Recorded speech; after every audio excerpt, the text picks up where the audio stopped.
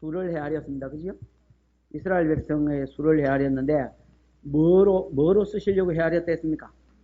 비록 보기에는 뭐 오합지졸독 당나라 군대 같지만은 군사로 뽑으시려고 숫자를 헤아렸다. 그래서 총계가 60만 3,550명이더라. 근데 민수기 1장에서도 숫자가 있었지만 26장에서도 숫자가 있더라. 근데 전체적으로 보니까 여기는 60만 3,550명이고 3,550명이고 여기는 60만 1,730명이더라. 그래서 숫자가 오히려 늘은 것이 아니고 줄었더라. 이스라엘의 숫자는 줄 수가 없는 민족이다. 왜냐하면 아브라함에게 뭘 약속했기 때문에 큰 민족을 약속했기 때문에 줄 수가 없는 민족인데 근데 숫자가 줄었더라. 숫자가 줄었다는 것, 숫자가 늘었다는 건 축복이지요. 아브라함에게 하신 창세기 12장의 약속이 이루어졌다라는 것이고 민수기 26장에 보면 숫자가 많은 지파에게는 많은 땅을 주라 그랬거든요. 그래서 그 다음에 또 오늘 할 민수기 2장에 보면 숫자가 많은 지파, 제일 많은 지파가 유다 지파인데 이 유다 지파를 들어서 하나님이 제일 수두에 세웁니다. 행진하는데 제일 앞에 세우고 장차도 복을 주셨고 어쨌든 간에 숫자가 많다라는 것은 복을 받았다. 그런데 숫자가 줄었다라는 것은 저주를 받았다라는 겁니다. 그러면 이 이스라엘 백성들이 왜 저주를 받았느냐? 뭔지는 몰라도 2장부터 25장 사이가 뭐더라? 죄겠더라. 그지요? 그래서 어제 이런 죄 때문에 망했다고 죄악들을 쭉 이야기했지요? 그래서 이스라엘 백성은 전체적으로 축복받을 수 있는 민족이었는데 저주를 받았다. 그러나 그 와중에도 개인적으로 지파별로 보니까 늘어난 지파도 있더라. 그지요? 예를 들어서 뭐 유다 지파나 그 다음에 다한 지파나 그 다음에 갓은 줄었을 겁니다. 딱 말만 들어도 그건 줄은 지파인지 알 수 있습니다. 예? 머나세, 예. 예를 들어서 이런 늘어난 지파도 있더라. 그러면 어떤 지파는 늘어나느냐? 주로 창세기 49장이나 신명기 33장에 창세기 49장이지요. 이건 같은 말입니다. 창세기 49장에 조상들의 뭘 받은 조상은 축복을 받은 조상은 뭐였더라? 늘어났더라. 그러나 축복을 받은 사람이었지만은 당대의 이스라엘 백성이 광야길 가면서 저주받을 짓을 해가지고 그때 당시에 터진 사람들은 축복이 흐름에도 불구하고 저주를 받았고 이게 대체적으로는 축복받은 놈이 축복받고 창세기 49장에 저주받은 놈이 저주받더라. 그지요? 근데 간혹 가다가 축복받았음에도 불구하고 당대의 그 광야길 가면서 저거들이 죄진 사람들은 그 축복에서 예외되더라. 또 간혹 가다가 당 같은 경우는 저주를 받았지만은 그 저주는 저 뒤에 이루어질 사사시대에 이루어질 저주고 그지요? 이루어질 때고 이때 당시에는 죄 안 짓고 오히려 바르게 살았더니 초창기에는 바르게 했더니 그때는 오히려 뭐 했더라? 복을 받아. 그래서 하나님의 복은 내가 삶으로 행함으로 순종함으로 나아갈 때에 붙들고 나아갈 때에 뭐 하더라? 내 것이 되더라. 이렇게 되는 겁니다. 그 다음에 오늘 2장은 민수기 2장은 이스라엘 백성이 광야를 갈 때에 지 마음대로 간 게 아니고 진행법이 있더라. 나름대로 광야 40년 길을 갈 때에 막 개떼같이 구름떼같이 막 무르르 이렇게 몰려간 게 아니고 뭐가 있더라 말입니까? 진행법이 있고 그 다음 정착했을 때 정착법이 있더라. 그럼 그 진행법이 뭐냐? 여러분 쉽게 영화를 보면 그 이스라엘 백성이 출애굽 갈 때 소 타고 막 어떤 사람은 뭐 당나귀 타고 그래가 진짜 막 달구새끼도 막 뛰댕기사고 희한하게 나옵니다. 그죠? 완전히 당나라 군대가 나오는 것처럼 나오지만 실제로 여러분 성경은 이스라엘 백성이 출애굽할 때 그렇게 나오는 걸로 가르치지 않습니다. 출애굽기 13장인가 보입니다. 출애굽기 13장 본문은 새끼줄 지놓고 18절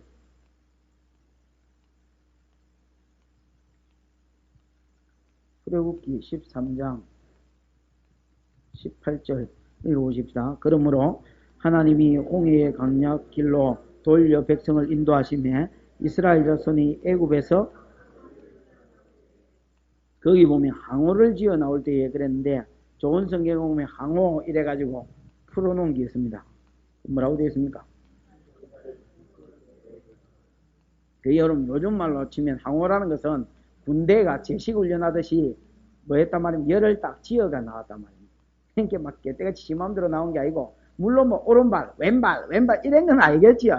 그런 건 아니지만은 어쨌든 나름대로 질서를 세워서, 그지요? 나름대로 체계를 잡고 질서를 세워서 그 질서와 체계에 의해서 이스라엘 백성이 출애굽하고 나왔지, 막 섞여가지고 막 어느 집 자식이 어디 가서 처박혀 있는지도 모르고 막 그렇게 나온 것은 아니더란 말이에요. 그래서 항오를 지어놨더라. 군대에 줄을 쓴 것처럼 열을 지어서 그렇게 나왔더라. 그래요. 그러면 그 항오가 오늘 여기에서도 이어진다고 봤을 때에 아주 여러분 재밌는 법칙들이 좀 있습니다. 어떻게 나왔나? 1절을 일단 볼까요? 여호와께서 모세와 아론에게 일러 가라사대 항오를 지어 나간다. 진행법을 가르쳐주면서 누구한테 말씀했다 했습니까? 모세와 아론에게. 모세오경에 제일 많이 나온 말 중에 하나가 이 말이 됐죠. 여호와께서 모세에게 일러 가라사대. 이 말이 제일 많이 나오고, 그 다음에 혹 가다가 여호와께서 모세와 아론에게 일러 가라사대. 이 말이 제일 많이 나옵니다. 왜 이 말이 제일 많이 나오느냐? 하나님이 어떤 단체를 상종하실 때에 모든 무리와 다 상종 안 하고, 물론 개인적으로 하나의 응답을 주시지요. 그러나 누구하고 상종하신단 말입니다. 직분자하고 상종하신단 말입니다. 이 직분이 중요하다. 나중에 이런 모세가 죽고 나서 여호수아가 인수인계 받지요? 그때 하나님 성경에 뭐라는, 여호와께서 여호수아에게, 눈의 종 여호수아에게 일러가라사대.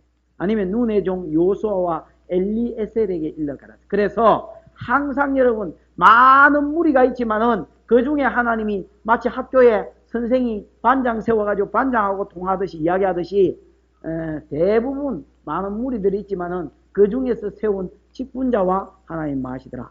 말씀하기를 기뻐하시더라.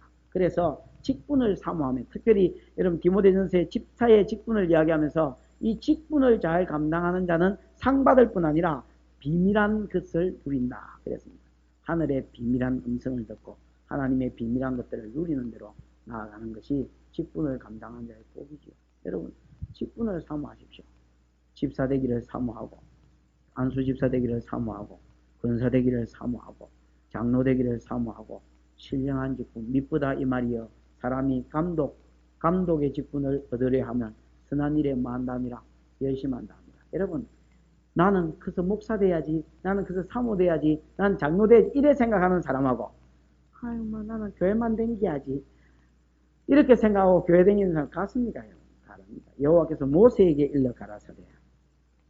2절에 보면 이스라엘 자손은 각각 그 기와 그 종족의 기호 곁에서 뭘 칠했습니까? 전어죠. 기라는 것은 쉽습니다. 깃발을 말합니다. 깃발. 이스라엘 백성은 나름대로 세지파씩 이렇게 묶어져서 네 무리가 있었습니다. 무슨 말인지 알겠죠? 12지파 아닙니까? 그죠? 12지파니까 이거를 세 무리씩 묶어가지고 길을 하나 세워줬습니다. 예를 들어서 유다 같은 경우는 사자, 그 다음 르우벤 같은 경우는 사람, 단 같은 경우는 독수리, 이런 식으로 해가지고 자기 나름대로 기가 있었습니다. 그 깃발과 종족대로 뭐 했단 말입니까? 진행하고 움직였단 말입니다. 그 다음 그 뒤에 보면 이스라엘 자손은 각각 그 기와 그 종족의 기호 곁에서 진을 치되 해막을 사면으로, 해막을 가운데 놔놓고 해막 뭐요? 사면으로 진을 치고, 그 다음에 여러분 그 뒤에는 뭐라 해놨습니까? 대하여 진을 치라. 그러면 이스라엘 백성이 가면서 진행하는 법이나 그 다음에 진칠 때에 보면 이렇게 되어 있습니다. 이스라엘 백성이 특별히 진행할 때는 지금 이야기한 거 아니고 진칠 때는 어떻게 진칠했습니까? 해막을 사면으로, 해막 사면으로 진을 치라. 여기가 해막이면 해막을 가운데 두고 사면으로 진을 치라 말입니다. 그럼 세 지파씩 이렇게 묶어진 데 있지요? 그러면 이렇게 진을 치라. 그 다음에 진을 칠 때에 여기가 여러분 동편진이면 동편진은 누가 있습니까? 유다, 그 다음에 이사갈, 그 다음에 서불론, 그 다음에 여러분 여기가 뭡니까? 여기가 남쪽이면 르우벤이 있으면 그거는 시몬이 따라오고, 그 다음에 가앗이 따라오고, 여기는 단이 있으면 아셀, 그 다음에 그렇지, 납달리가 따라오고, 그 다음에 여기는 에브라임이 있으면 므낫세가 있고, 그 다음에 그렇지, 베냐민, 요거는 라헬이 낳은 새끼들만 모였거든요. 그 다음에 요거는 유다와 그 사명들이지요. 이거는 간단합니다. 유다와 그 사명들이고, 창세기 49장. 그 다음에 이거 라헬이 난 새끼들 다 모아놨고, 그 다음에 여러분, 다는 물질적 축복과 영적 축복이 붙었습니다. 고래 이으면 쉽지요? 다음 곁에 물질적 축복. 그 다음에 르우벤은 시몬하고 저주받은 사람 아닙니까? 그지요? 그래가지고 하나님 막 회복시켜줘. 이런 식으로 해가 졸졸이 애우면 막 쉽게 이어집니다. 단을 사면으로 해가 요렇게 진을 치고, 그 다음에 여러분, 진을 쳤다 하니까 좀 그런데, 여기 이제 텐트를 쳤단 말이지요. 예? 이스라엘 백 텐트를 쳤는데, 이 텐트의 한결같은 공통점이 뭐냐? 텐트 입구가, 문이 전부 다 어디를 향해 있단 말입니까? 해막을 향해 있단 말입니다. 텐트가 여러분, 이스라엘의 장정만 60만이고, 내가 전부 다, 예를 들어서, 장정도 군대에 싸울 만한 사람이었기 때문에, 남자라도, 20세에서 50세까지 남자라도, 비실비실한 놈이나 약한 놈들은 전쟁에 못 나간다 했지요. 이런 사람까지 다 치면, 250만에서 300만입니다. 그러면, 작기 잡아서 250만이다 쳐도, 이 250만 명이 만약에 50만 개의 텐트를 치고 그 안에서 뭐 한 예를 들어서 6명, 7명씩 이렇게 개떼가 낑기가 살았다 치십니다. 그럼 이 50만 개의 텐트가 전부 다 어디로 향해, 문이 어디로 향해 있습니까? 그 출입구가 거기 프로스펙스 텐트를 쳤는데 입구가 전부 다 해막을 바라보더라. 성막을 바라보더라. 그 다음에 성막을 중심으로 성막에 대하여 성막을 향하여 입구를 내서 그래서 텐트를 치게 하신 것. 이것이 이스라엘 백성이 진칠 때의 모습입니다. 그 다음에 3절에서 9절에 보면 봅시다. 3절에서 9절에는 동방해돋는 편에 진치는 자들이지요. 제일 처음에는 유다 진기에 속한 자. 그러니까 유다가 두목입니다. 유다가 두목이고 그 진기에는 두 지파가 더 있습니다. 그게 이사갈과 뭡니까? 7절, 5절에 나오는 이사갈과 7절에 나오는 스불론이라. 요게 진행할 때는 요게 이제 몇 대로 진행합니다. 제일 첫 번째로 진행합니다. 자, 여러분 보십시오. 이스라엘 백성이 이거는 상식적으로 생각하면 쉬운 길인데 사람들이 이 말을 어렵게 써놔서 어렵지 그냥 상식적으로 생각을 해보면 쉽습니다. 이스라엘 백성이 지금 애굽에서 나오고 있지요? 시내산을 거쳤지요? 그래서 지금 어디로 가고 있습니까? 예? 가나안 땅을 향해서 가고 있지요? 근데 이리 들어가면 빠른데 이리 안 인도하고 이제 이리로 가는 거 아닙니까? 그지요? 그럼 쉽게 말하면 여기가 무슨 쪽입니까? 동쪽 아닙니까? 동쪽. 아, 이쪽이 서쪽 아닙니까? 서쪽. 그지요? 이쪽이 동쪽. 그래서 성경에 보면 동방이라 할 때는 내가 유프라테스 강을 통과해서 이쪽은 다 동방이 돼 있지요. 그러면 여기서 이쪽으로 가고 있고 동쪽으로 가고 있거든. 그러니까 당연히 여러분 수도 제일 앞자리로 누가 가야 되겠습니까? 유다 지파가 갈 수밖에 없지. 동쪽으로 진치고 있다. 그냥 바로 앞으로 동쪽으로 가니까. 동쪽 지파, 유다 지파, 이사갈, 스불론 지파. 이게 진행할 때는 일대다. 깃발은 사자 깃발입니다. 그 다음 10절에서 16절은 남편진이지요? 네? 남편진에는 누가 갑니까? 르우벤이 그 두목입니다. 그 진기에 속한 두 지파가 있는데 그게 뭐다? 시몬하고 가시다. 행군할 때는 이 지파로 간다. 사실은 여러분 앞에 1장에서 각 지파별로 인수를 이야기할 때는 누가 제일 먼저 나왔습니까? 르우벤이 제일 먼저 나왔지요. 근데 르우벤은 이 자리에서 뭐 됩니까? 탈락되지요. 그러고 여러분 리드를 누구로 세웠습니까? 유다로 세웠습니다. 왜 여러분 리드가 유다가 됐을까요? 르우벤이 안 되고 왜 유다가 됐습니까? 아니면 요셉이 되든지. 네? 뭐라고요? 왜 숫자가 제일 많았을까요, 그러면? 왜 축복을 받았을까요?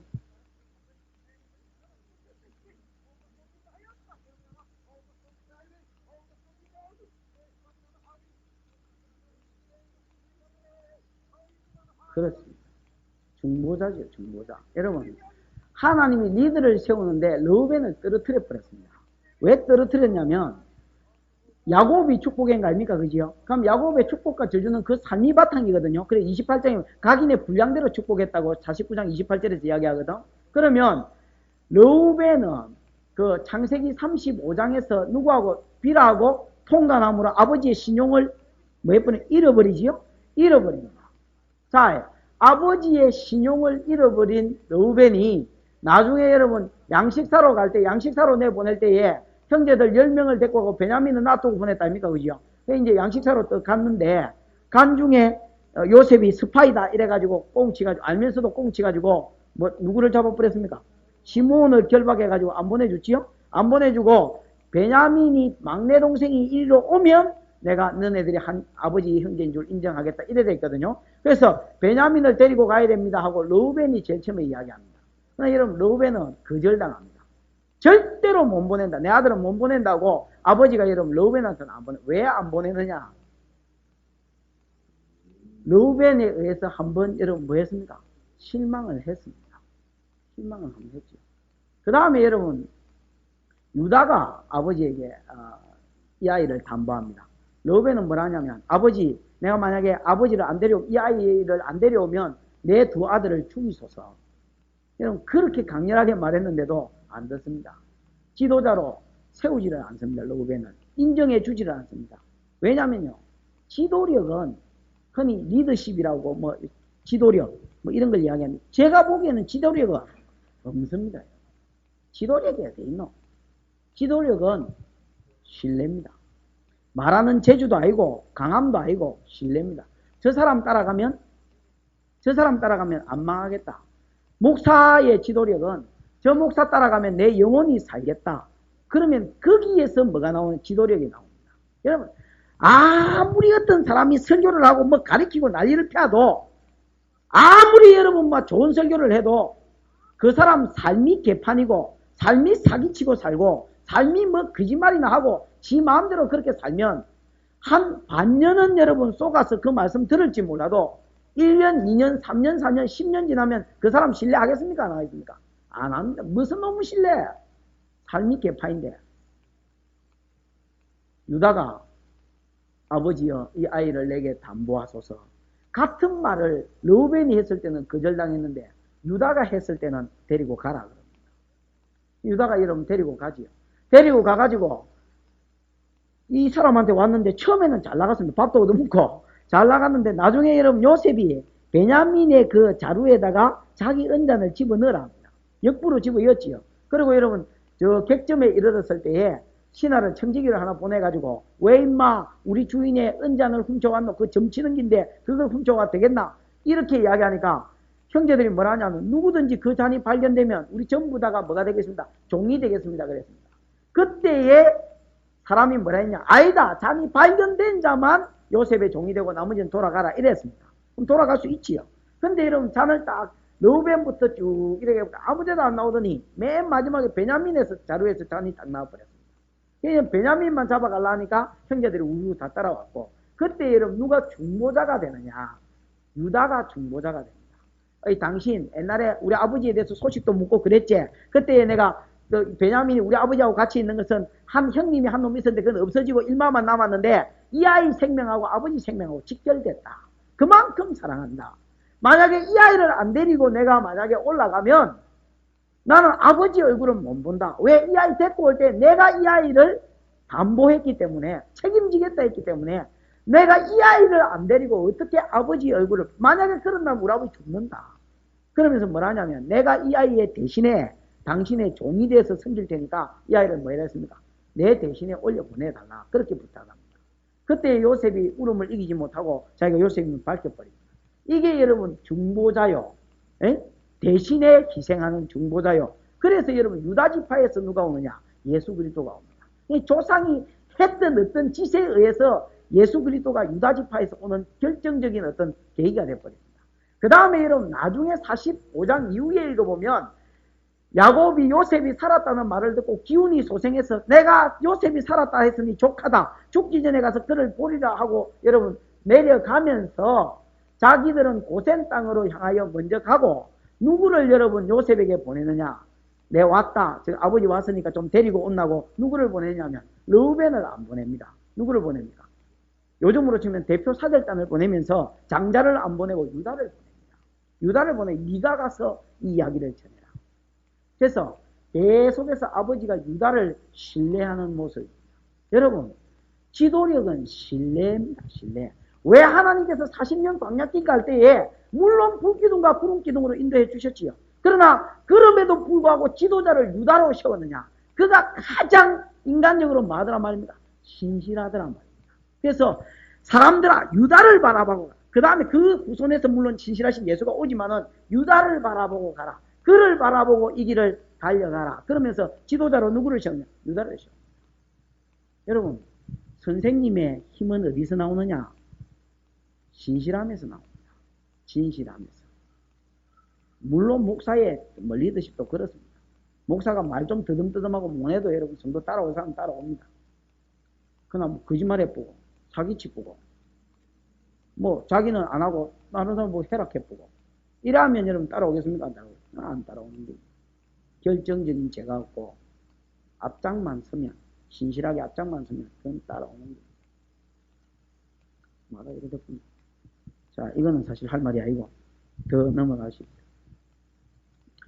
남편진에는 그러니까 이 10절에 보면 남편진에는 누가 속했습니까? 르우벤 진기, 그 다음에 시몬 12절, 그 다음 14절에 가, 그 다음 17절에 그 다음에는 해막이 있습니다.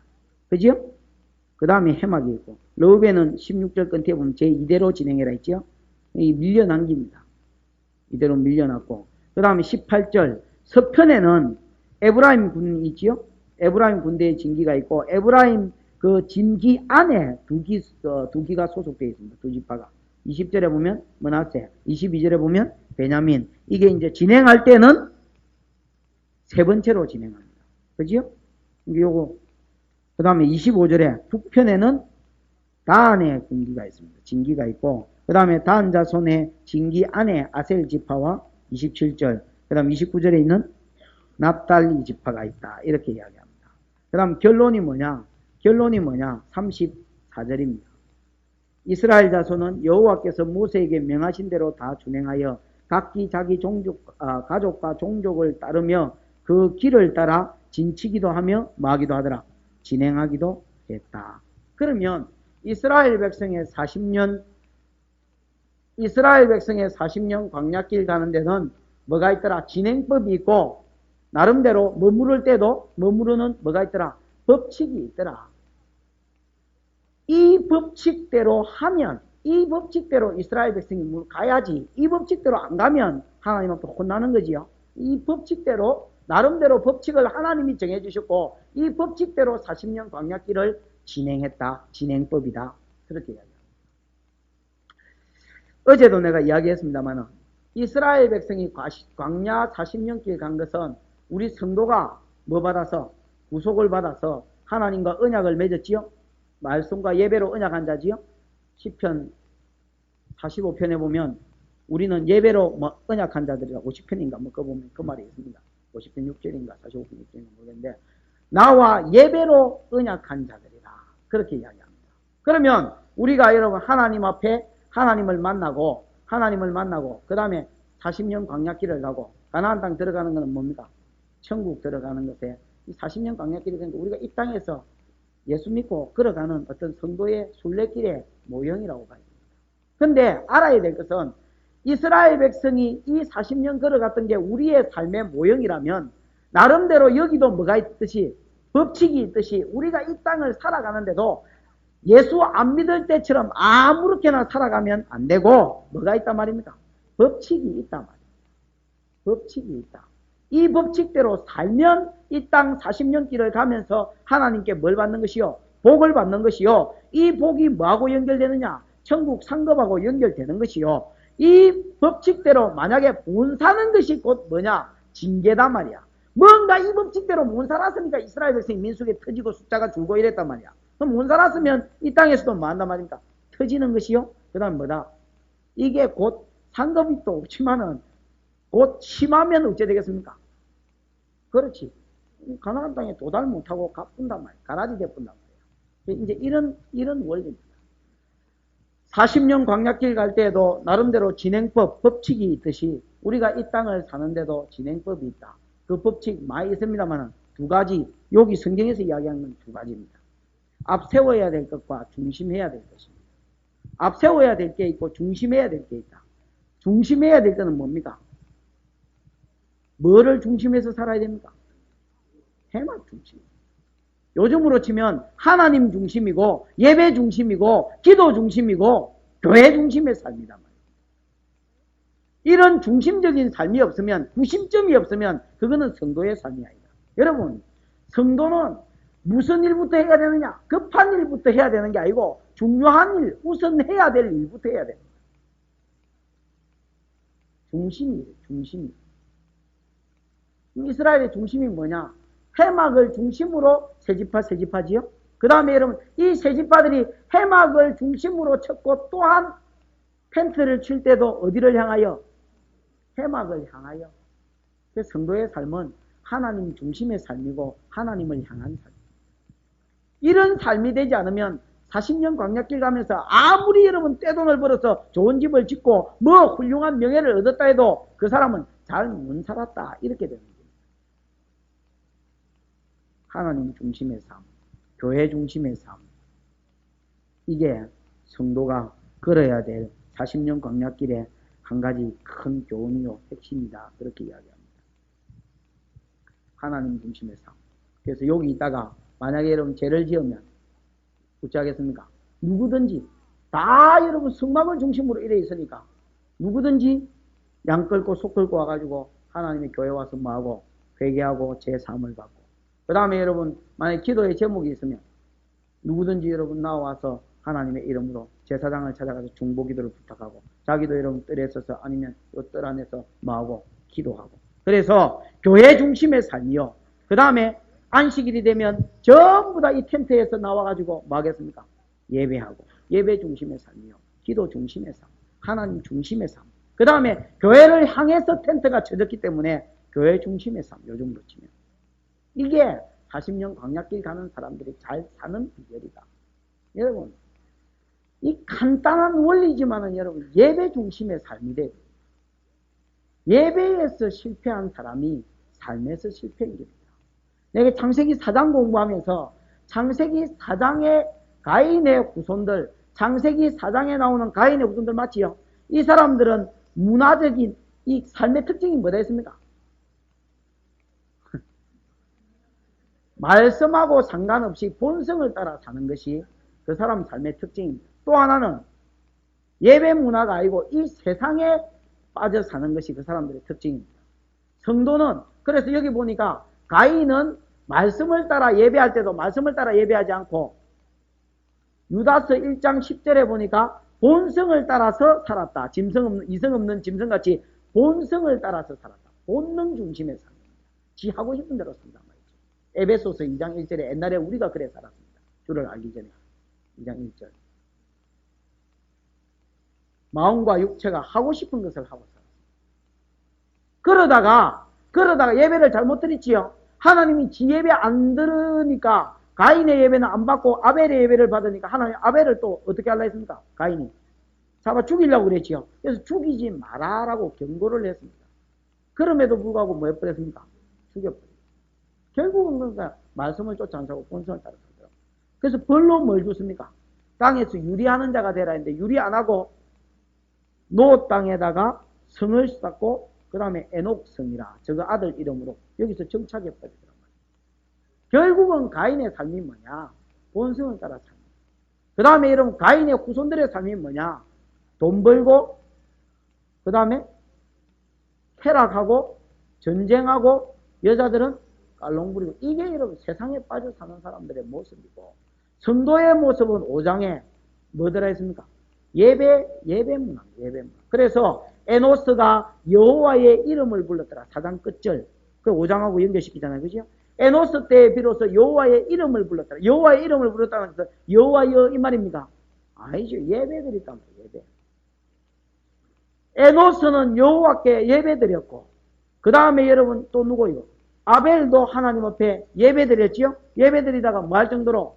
맞아 죽을 정도, 순교할 정도로 그는 예배드렸고 노아도 예배의 삶이요. 그 다음에 여러분 에녹도 하나님과 동행하는 삶이요. 그래서 성도의 삶은 뭐냐? 쉽게 말해서 말씀대로 살고 그 다음에 뭐의 삶이다? 말씀 중심의 삶, 그 다음에 예배 중심의 삶, 그 다음에 기도 중심의 삶. 이게 그때 당시에 5장에 나오는 성도의 삶이더라.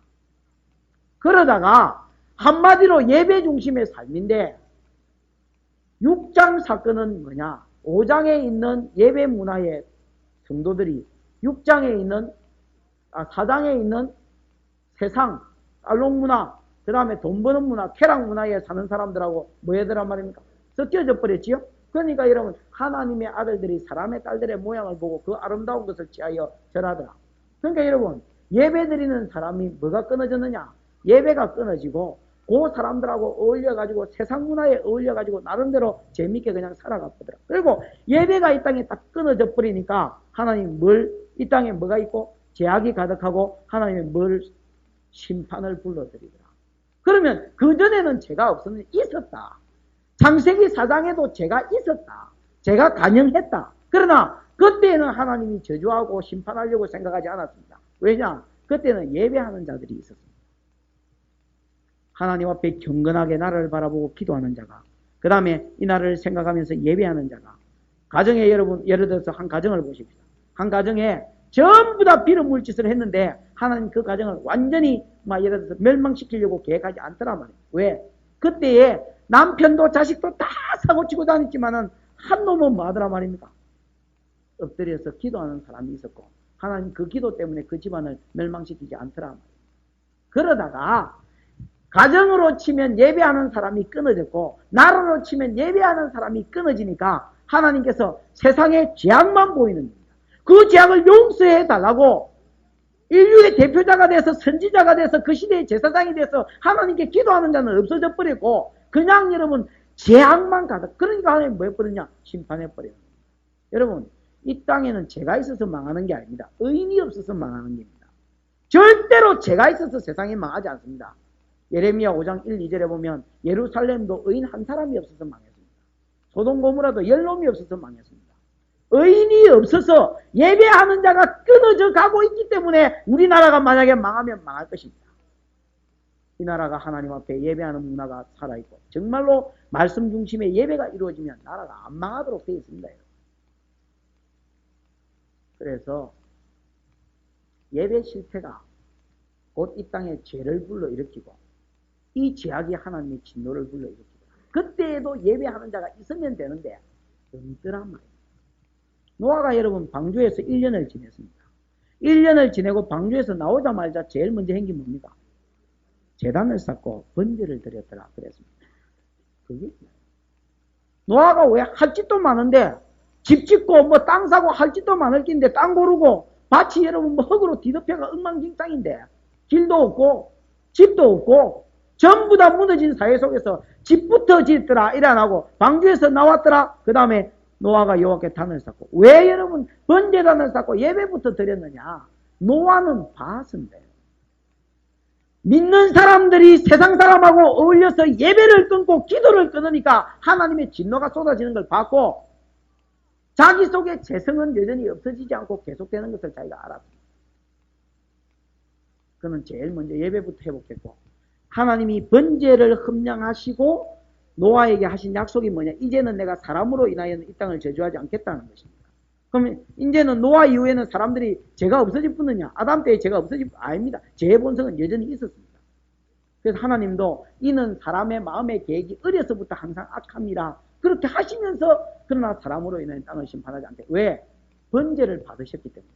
번제는 오실 예수고 오실 예수를 믿는 믿음으로 드린 제사가 있을 때는 예수께 죄를 뒤집어 씌우고 저주를 뒤집어 씌우고 심판을 뒤집어 씌울 생각에 하나님이 간과해 주셨던 것입니다. 아담 이후로 왜 이 세상이 심판을 받지 않았느냐? 물심판을 받지 않았었느냐? 하나님이 예수께 뒤집어 씌우실 것을 생각하시면서 우선의 예배를 받고 오실 예수가 내 심판을 다 받을 것이야. 그거를 뭐 했단 말입니까? 계획 안에서 사람들을 용서해 줬다. 예배가 끊어지니까 당연히 오실 예수가 없어지니까 당연히 진노가 쏟아지지. 노아가 다시 예배를 시작합니다. 지금도 그렇습니다. 지금도 여러분 이 땅에 예배가 끊어지면 우리 가운데 성령의 역사가 끊어지고 그러면 여러분 이 땅이 죄악 세상이 되고 그럼 이 땅에 하나님의 진노가 임합니다. 예수 그리스도의 이름을 중심한 예배, 그분의 중보를 이 힘입어서 드리는 기도, 그 다음에 말씀, 그 말씀을 붙들고 사는 삶, 이것이 만약에 끊어진다면 그 사람은 삶에서 실패입니다. 그 나라는 망하는 나라입니다. 그래서 이스라엘 백성이 광야길 갈 때 지 마음대로 가지 않았다. 성막 중심의 삶을 살았다. 성막을 향하여 살았다. 그래서 무슨 일만 있으면, 가다가 무슨 일만 있으면 양 하나 끌고 소 하나 끌고 하나님 앞에 쪼르륵 나와서 뭐 하더라? 예배드리고 회개하고 내 죄 용서해달라고 그러더라. 여러분, 정말로 여러분의 삶이 교회 중심입니다. 그래서 여러분 하루 살다가 뭐 잘못 살았으면 저녁에 회사 갔다가 돌아오면서 교회 쪼르륵 와가지고 하나님 앞에 내가 잘못 살았습니다. 하나님 내일은 새 힘 주셔서 바르게 살게 해주십시오. 새벽에 여러분 쫓아나와서 오늘 하루 잘 살게 해주십시오. 능력 주십시오. 말씀 주십시오. 오늘 살 힘 오늘 주십시오 하고 기도하십니다. 이게 여러분 광야 40년 길 가는 가장 큰 원칙 두 가지 중에 한 가지죠. 하루를 시작한 사람이 여기서 실패하고 사는데 무슨 놈은 뭐 은혜가 당기고 뭐 하나님의 축복이 당기고 그런 놈. 네, 축복 같은 소리하고 축복이 안 당길 수밖에 없는 게.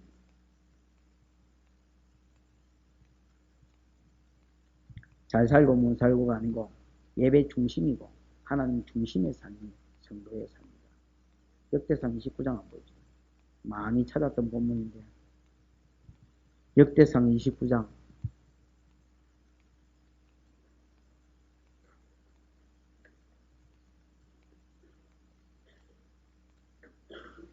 히스기야 이야기 나오지요?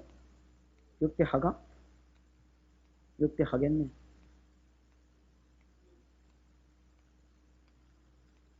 역대상이면 다윗 이야기고 역대하지요? 역대하 29장 히스기야 이야기죠? 거기 보면 히스기야가 몇 살 때 왕 됐습니까? 25살짜리 왕이 25살이면 크면 크고 아마한데 이게 여러분 왕 되자마자 원년정월에 뭐 했다 했습니까? 여호와의 전문 열고 수리하고 제사장 성결케 하고 5절에 6절에 우리 열조가 범죄하여 우리 하나님 여호와 보시기에 악을 행하여 하나님을 버리고 얼굴을 돌이켜 여호와의 성소를 등지고 이 말이 여러분 민수기하고 연결시켜 보십시오. 모든 텐트는 어디를 향하게 되어 있습니까? 여호와의 성전을 향하게 되어 있고 솔로몬은 말하기를 하나님이여 우리가 전쟁에 나갈 때 이전을 향하여 기도하거든 하나님께서 들으시고 응답하여 주옵소서. 하나님이여 우리가 범죄함으로 이 땅에 여러 가지 전염병이나 뭐 깜북이나 재앙이 임하거든 우리가 이 땅을 이 성전을 바라보며 이 성전을 향하여 얼굴을 돌려 기도할 때에 하나님이 들으시고 사하여 주옵소서. 우리가 예를 들어서 무슨 재앙이 있어서 어찌되거든 하나님 이 성전을 향하여 기도할 때에 들으시옵소서. 그거 아닙니까? 성전을 향한 삶이 성도의 삶인데 성전을 등지고 또 낭실 문을 닫으며 등불을 끄고 성소에서 분향, 기도지요. 기도. 예배와 기도지요. 한마디로 말하면. 분향이 내가 기도하는 삶이 됐지요. 시편 141편 2절. 분향하지 아니하며 이스라엘 하나님께 번제를 예배지요. 그러니까 결국은 여러분 뭐에서 실패했느냐? 세상 쳐다본다고 성소, 교회 등지고 예배 안 드리고 기도 안 했단 말이야.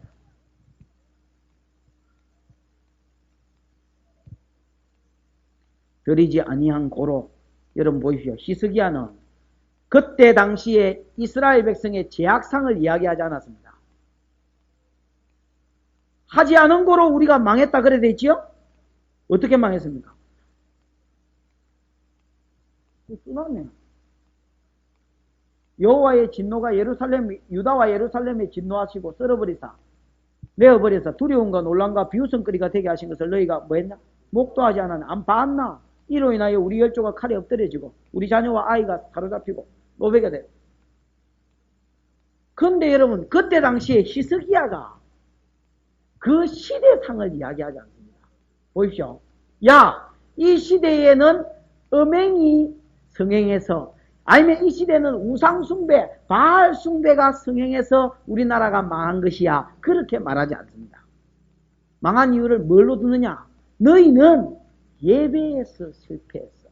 그리고 너희는 기도하는 삶에서 실패했어. 그래서 우리나라가 망하고 우리 열조가 비참하게 된 것이야. 그렇게 이야기하는 겁니다. 물론 이 당시에 여러분 우상숭배가 크게 달았고 이때 당시에 여러분 뭐 음행이 크게 달했습니다. 그러나 히스기야 눈에는 그게 현상과 열매가 보인 것이 아니고 근본적으로 여러분 밑둥치가 보인 겁니다. 밑에 여러분 나무가 썩어서 열매가 안 맺히는데 썩은 열매가 맺히는데. 나옵니다. 경제를 주관하신 하나님이 왜 이 나라의 경제를 흔들어 버렸는지 근본적인 여러분 이유를 파야 될 텐데, 비록 물놈들이 뭐 경제가 어렵다 그래 대통령을 때려지게 된다고. 대통령 여러분 지금 누구? 김대중이 아니라 아마 태중이가 와도, 태중이 아니고 태상이가 일어나서 여러분 우리나라 대통령이 돼도 우리나라 경제 안 좋아집니다. 여러분 지가 잘 못 살았다는 생각도 안 하고 누가 잘 못했다고요. 옛날에 여러분 가면 전부 다 여러분 일하고 안 돌아다녔나? 영삼 이거 방삼이 아이가 이거. 지금 여러분 영삼 찬삼 누가 있나? 여러분 우리가 변화되지 않고 하나님 앞에 죄를 회개하지 않고 예배를 회복하지 않으면 어떤 인간이 여러분 일어나도 우리나라는 망하도록 되어 있습니다. 뭐 우연히 재수가 없어서 택도 없는 수라고. 가정도 여러분 그런 게 없을진저 나라가 이 모양이 됐는데 여러분 나라가 이 모양이 우연히가 뭘 보는 눈이 없느냐? 원인을 보는 눈이 없느니라. 뭐만 보고 진단을 하느냐? 결과만 보는기라. 삼풍백화점 빠개진 게 여러분 건축업자가 불시 시공해서 그렇습니까? 아닙니다 여러분. 돈이 음한 대로 다 빠졌기 때문에 그렇습니다. 그 음한 데에 제일 위에 여러분 정치가들이 다 있습니다. 원인이지요 원인. 구조입니다 여러분. 사회 구조. 그럼 여기서 이스기야가 잘한 게 뭐냐? 음행을 보지 않았고 그 다음에 우상숭배와 여러 가지 거짓말과 사기치는 제약을 보지 않았고 뭘 봤느냐? 하나님 관계에서 실패했다. 여러분 정말로 예배와 기도가 회복돼서 하나님 관계가 바로 되면 이 죄 여러분 해라 해도 겁이 나서 뭐합니다 여러분. 그래서 뭐부터 회복했느냐? 예배부터 회복했어요. 그 다음에 여러분 역대상 29장이 이 본문이지요. 29장을 안 넘겨서 하나님이 히스기야 당대의 나라가 회복됐다고 이야기합니다. 히스기야 당대의 나라가 회복됩니다.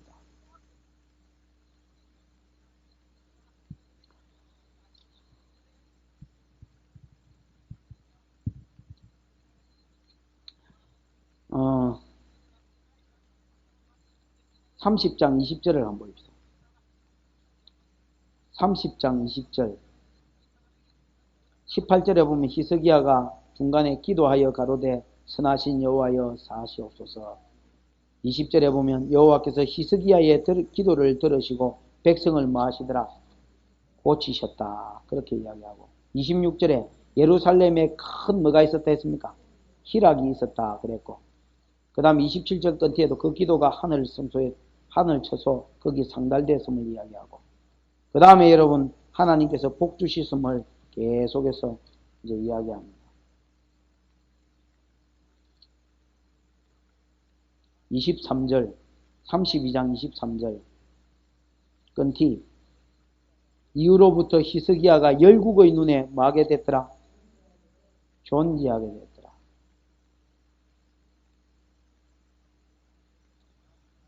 그 전 아버지가 아하스거든요. 아하스 때의 나라가 망했습니다. 거의 망한 나라를 이어받은 히스기야가 예배를 회복하고 기도하는 삶을 회복하고 다시 하나님을 향하여 기도하고 그 다음에 여러분 꼭 안 읽었습니다만 아까 기도했던 그 뒤에 바로 보면 말씀을 회복합니다. 말씀 운동을 일으키니까 나라가 여러분 다시 회복됩니다. 열국에 존귀하게 되었습니다. 뭐 몇십 년 왕 해묵지도 안 했는데 그 히스기야 당대에 망했던 나라가 쓰러졌던 나라가 다시 여러분 회복되고 일어납니다. 이 나라가 회복되는 거 여러분 정치가 손에 달린 것도 아니고 경제인의 손에 달린 것도 아닙니다. 사람이 환경에 말려버리면 못 일어납니다. 나라고 가정이고 개인이고 간에 못 일어납니다. 하나님께서 복 주셔야 일어나고 지혜 주셔야 일어납니다. 그러면 그 사람은 뭐부터 끊어야 되느냐? 죄부터 끊고 예배부터 회복하고 하나님 중심으로 사는 것 말고는 답이 없고 길이 없습니다. 그 없다 하면 없는 겁니다. 이스라엘 백성이 포로에서 돌아와서 제일 먼저 한 게 뭡니까? 24인. 이스라엘 백성이 포로에서 돌아와서 제일 먼저 지은 게 뭡니까? 성전 건축했습니다. 그 다음에 지은 게 뭐겠습니까? 성벽 건축합니다. 그 다음에 지은 게 뭐겠습니까?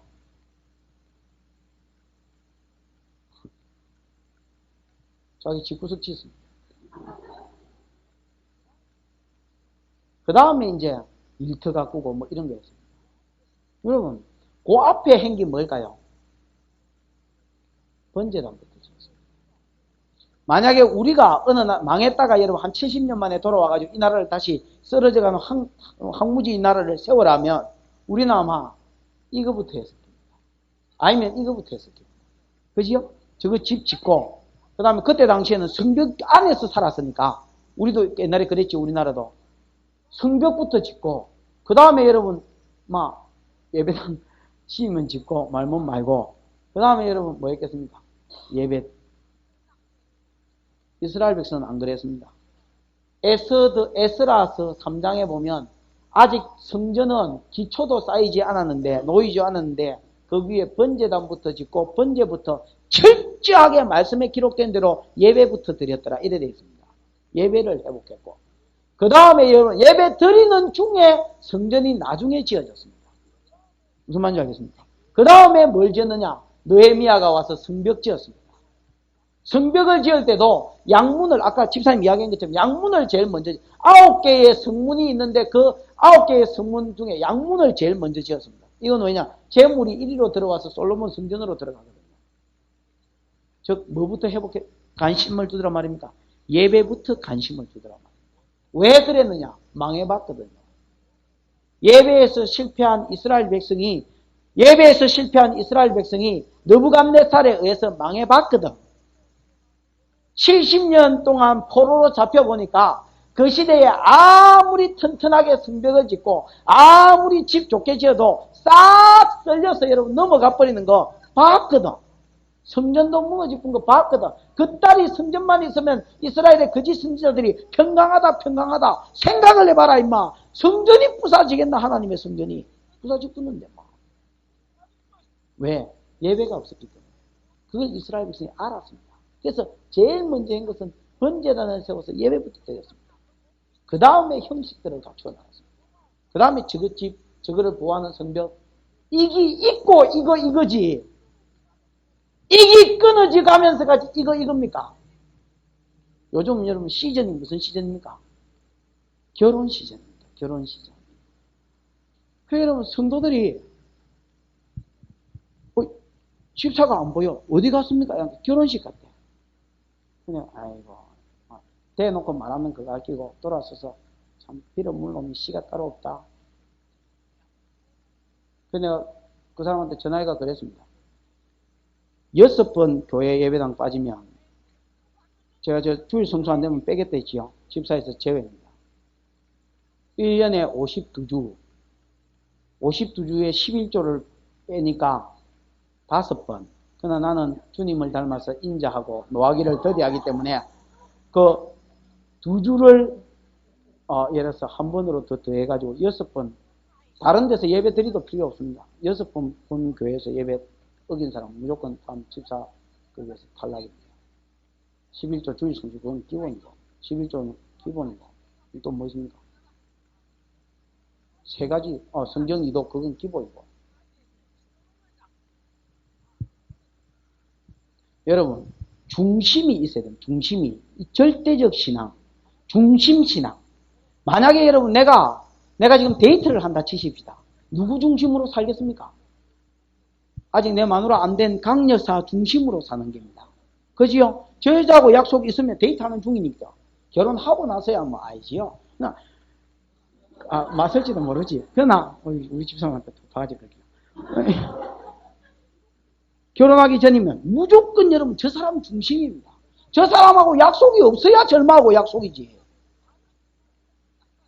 그 연애하는 사람 마음 아닙니까? 그러면 하나님을 중요하고 내 집의 주인으로 모시고 사는 사람이 하나님 떡 제껴놓고 이거 결혼식, 이 결혼식, 저 결혼식 5만 대만 놈 여러분 결혼식 뭐 5만 대만 일 다 쫓아다니고 나오면 예배드립니까? 구심점이 결국 없더라니까. 이게 이래 돼야 될 낀데 하나님, 교회, 그 다음에 뭐 이래 돼야 될 낀데 기타 다른 일, 직장 뭐 이게 어째되냐면 성도의 삶이 이래 돼 있어요. 요새는 막 여기에 하나님이 낀 게 있는 거야. 그래서 뭐 이거하고 안 걸리면 이것도 하는 게야. 결국은 뭐가 없느냐? 구심점이 없어. 중심된 삶이 없어. 중심된 삶이. 그래서 망하는 겁니다. 아닙니다, 여러분. 개인이고 나라고 그래서 망하는 겁니다. 절대적 신앙. 하늘이 두 쪼가리가 나도 이거는 안 된다. 이거는 내가 보기 못한다. 뭐 이런 게 있어야 될 텐데, 그런 게 없습니다. 나가리 된 지 오래됐습니다. 있으면 이제 나이 든 사람, 40대 이후 있으면 있고, 그것도 뭐 없으면 없고, 30대에서 이런 신앙이 있으면 그건 진짜로 인간 댕깁니다. 집을 얻는데, 야, 집을 어떻게 얻어야 되노? 어떻게 얻어? 임마 회사 옆에 얻어야 되지. 맨날 출근해야 되는데. 그렇습니까, 여러분? 또 같은 소리 하고 있는데. 집을 얻으려면 교회 옆에 얻어야 됩니다. 아닙니다. 그건 맞는 소리입니다. 그것도 여러분, 교회를 향하여, 교회 중심의 교회를 향하여. 모르는 겁지, 아직. 그래가 여러분, 걸어서 새벽기도 올 수 있으면 제일 잘 되는 집이 여러분, 뭐 싸게 샀니, 비싸게, 싸게, 100만원 여러분, 싸게 사봐야 다 없어질 때, 가져 사무면 뭐 100만원씩 사무면, 치코바 100만원씩 사무면 끝나쁘는 건데, 100만원 싸게 얻고 비싸게 얻고 필요 없습니다. 하나님하고 가까이 얻으면 잘 얻은 집입니다. 새끼 학교에 맞추고, 직장에 맞추고, 사업터에 맞추고, 또 뭐 맞춥니까? 뭐, 친정집 옆에 근처에 얻는다 카더만. 아이고, 정신 나간 소리 하고 있네. 이 세상에 제일 좋은 집은 저거 교회 옆집입니다. 그게 제일 좋은 집이야. 안한가 모르겠다만. 그 다음에 보입시다. 저 교회 옆집이면 저 건강상도 19경 저 집이가.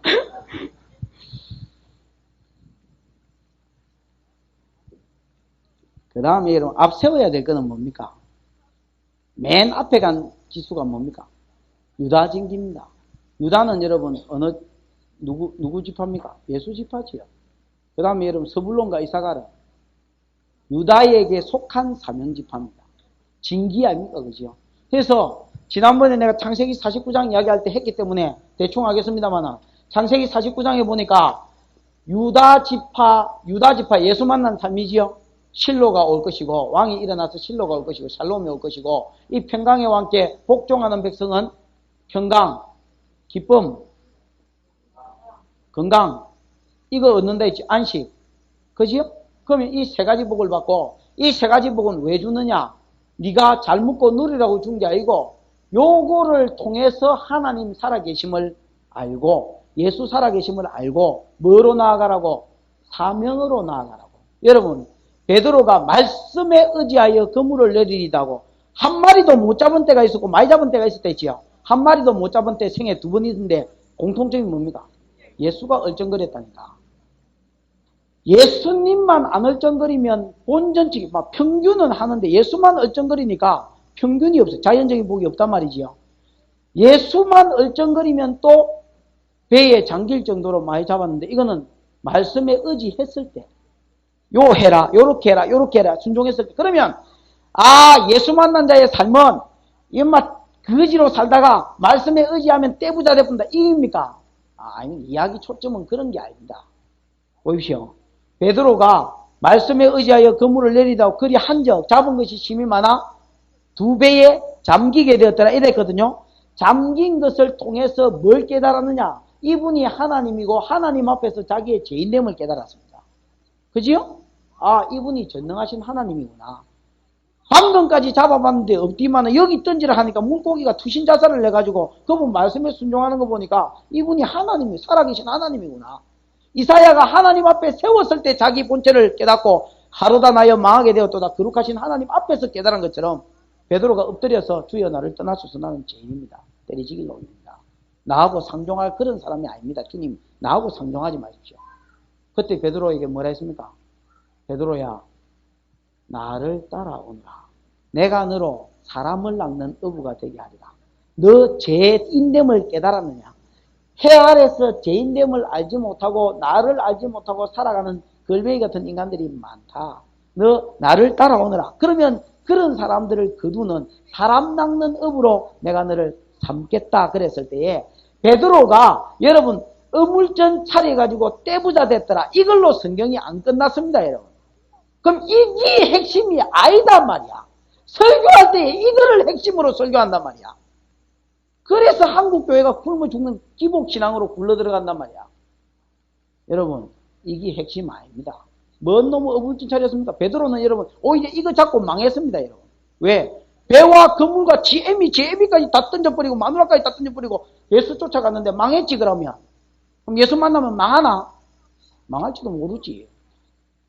베드로는 이 모든 것 다 던졌습니다.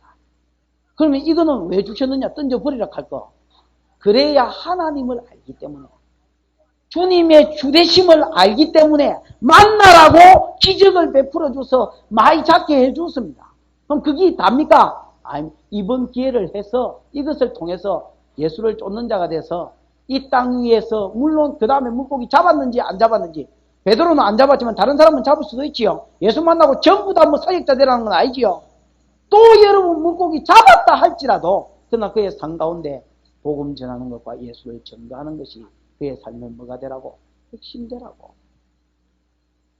그게 여러분 성도 삶입니다. 그러면 성도는 보십시오. 예수를 만난 성도는 세 가지 축복을 누린다. 이 축복을 통해서 내가 심령의 죄로부터 안식을 얻고 자유하고 그 다음에 여러분 내 마음에 알지 못하는 기쁨이 넘쳐나고 환경은 지질도 뭐 개떡 같은데도 마음의 기쁨이 올라오고 그 다음에 여러분 또 뭐고 영육간에 건강해지고 병이 나와버리고 이런 여러분 체험들을 통해서 거룩하신 누구를 만나고 하나님을 만나고 이게 끝이냐? 아니다. 이런 사람은 감당해야 될 사명이 있다. 사명이 뭡니까? 서불론과 이사가라 했죠. 이 세 개의 진을 맨 앞에 두었습니다. 예수를 영적으로 하면 여러분 이게 어차피 모형이라면 오늘날 40년 광약길 가는 성도는 앞세워야 될 것이 예수 그리스도로 말미암아 사명이다. 그래서 서불론은 뭡니까? 선교고 전도고 요즘으로 치면 선교하는 삶과 전도하는 삶이고 그 다음에 여러분 이사가는 교회 생활이다. 이거 여러분 설명 안 해도 알지요? 나감을 기뻐해라. 서불론을 얘기해. 나감을 기뻐해라. 뱀에는 해배이다. 이사갈은 너는 장막에 있음을 즐거워해라. 양의 우리 사이에 꿀한전 건장한 낙이다. 창세기 49장과 신명기 33장에 서불론 너는 나감을 기뻐해라. 너는 나감을 기뻐해라. 그럼 너는 해변의 가리니 뱀에는 해배이다. 그래서 선교. 그 다음에 이사갈은 너는 장막에 있음을 즐거워해라. 너는 양의 우리 사이에 꿀한전 건장한 낙이다. 교회생활. 그 다음에 이들이 열국 백성을 불러 모아서 거룩한 산 시온에 이르게 하고 거기서 의로운 제사를 드리게 한다. 열국의 법에 바다에 감추인 것을 흡수하리로다. 그래서 선교와 교회 생활을 통해서 이 두 개의 기간을 통해서 모든 세상 만민들이 주를 알게 하려고 천하 만민이 복의 근원을 통해서 복을 받게 하려고 천하 만민이 복을 받게 이게 여러분 우리의 남은 삶입니다.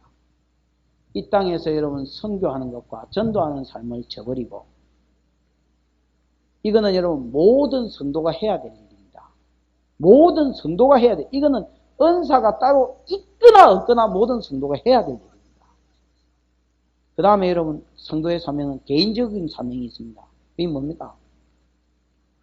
지은사입니다. 지은사를 가지고 몸된 교회를 어떻게 하는 겁니까?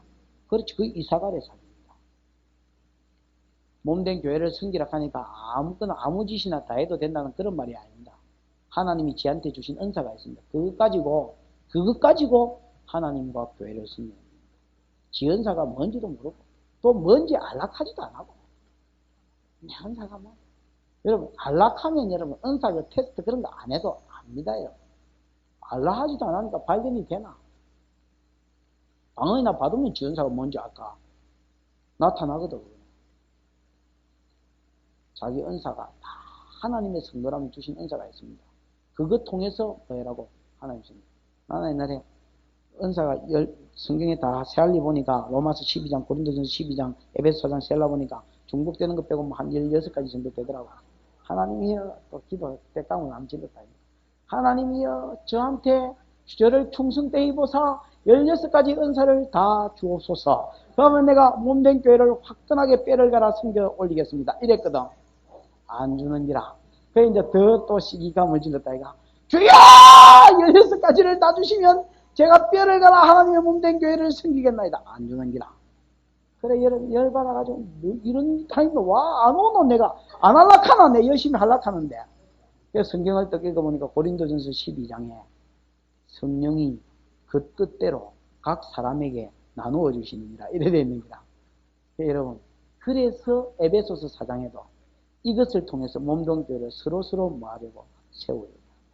은사 여러분 한 사람이 16가지 다 못 받습니다. 찍사봐야 두세 가지.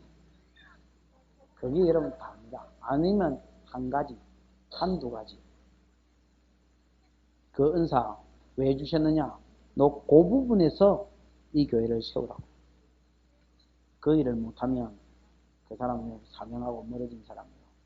40년 광야길 가면서 하나님의 은혜와 복 받을 생각하지 말고 천국 가서 상급 받을 생각하지 마요. 그거는 아무런 천국 간 것만 해도 감사하게 생각하고. 정말입니다. 행위가 없으면 믿음이 거짓 믿음일 수 있기 때문에 아마 그런 것도 안 하고 천국 간 것만, 만약에 갔다면 간 것만 해도 감사하게 생각해요. 뭐 상급이니 뭐니 그런 생각하지 마요. 이 땅에서 상급은 주님 나라에서 상급은 이 땅에서 내가 어떻게 살았느냐가 주님 나라 상급이에요. 요한계시록 14장에 보면 그 사람이 죽으니까 그 영혼이 뭐가 따르더라? 그 영혼에 죽은 사람, 그 사람의 행실이 그를 따르더라. 그 행실 가지고 천년왕국에 들어가고 그 행실 가지고 천년왕국을 결정하고 그 행실 가지고 영원세계를 결정하는 거예요. 그래서 아사 때에 아사왕이 너희 행실에는 상급이 따릅니다. 그렇게 이야기합니다. 말씀을 정리하십시다. 오늘 민수기 2장을 했습니다. 민수기 2장은 한마디로 말하면 이스라엘 백성이 40년 광야길 갈 때에 뭐가 있더라? 지 마음대로 개떼같이 뭐 구름대같이 그렇게 몰려간 게 아니고 뭐가 있더라? 진행법이 있더라. 진행법이 있더라. 그 진행법에 두 가지가 핵심인데 하나는 이스라엘 백성이 성전 해막을 중심하여 사면에 진을 쳤고 그 다음에 성전을 대하여 진을 쳤더라. 그래서 전부 다 그 문이 성전 쪽으로 향하여 진을 쳤더라. 하나님을 바라보고 하나님께 예배하고 하나님을 가까이 하고 하나님 중심으로 사는 것. 그것이 40년 광야길 가는 이 땅의 성도들의 삶의 중심, 구심점이더라. 어디 교회는 저기 있는데 지금 저기 있고. 왜 그러면 공기가 좋았어요. 학군이 좋았어요. 회사가 거기 있었어요. 하나님 중심, 교회 중심. 그 다음에 앞세우는 것은 뭐더라? 사명이더라. 하나님이 내게 주신 믿음 가지고 사명을 앞세우고 내게 주신 은사 가지고 하나님의 몸된 교회를 세우며 복음을 전가하며 사는 것. 이렇게 살면 하나님이 복 주신다. 아셀의 복을 주시고 납달리의 복을 주시고 담을 넘는 무성한 가지 요셉의 복을 주시고 가면 갈수록 좋아지는 삶 베냐민의 복을 주신다. 그게 성경의 약속입니다. 두 가지 약속을 붙들고 두 가지 삶을 하나님 살게 해 주옵소서. 내가 이 땅에 갈 때에 내 마음대로 살지 않고 진행법대로 진행하게 도와주옵소서. 하나님이여 나를 이 땅 걸어갈 때에 진행법, 성전 중심으로 교회 중심으로 하나님 중심으로 예배 중심으로 사는 자가 되게 해 주시고 사명을 앞세우는 자가 되게 해달라고 그렇게 한번 기도하고 마칩시다.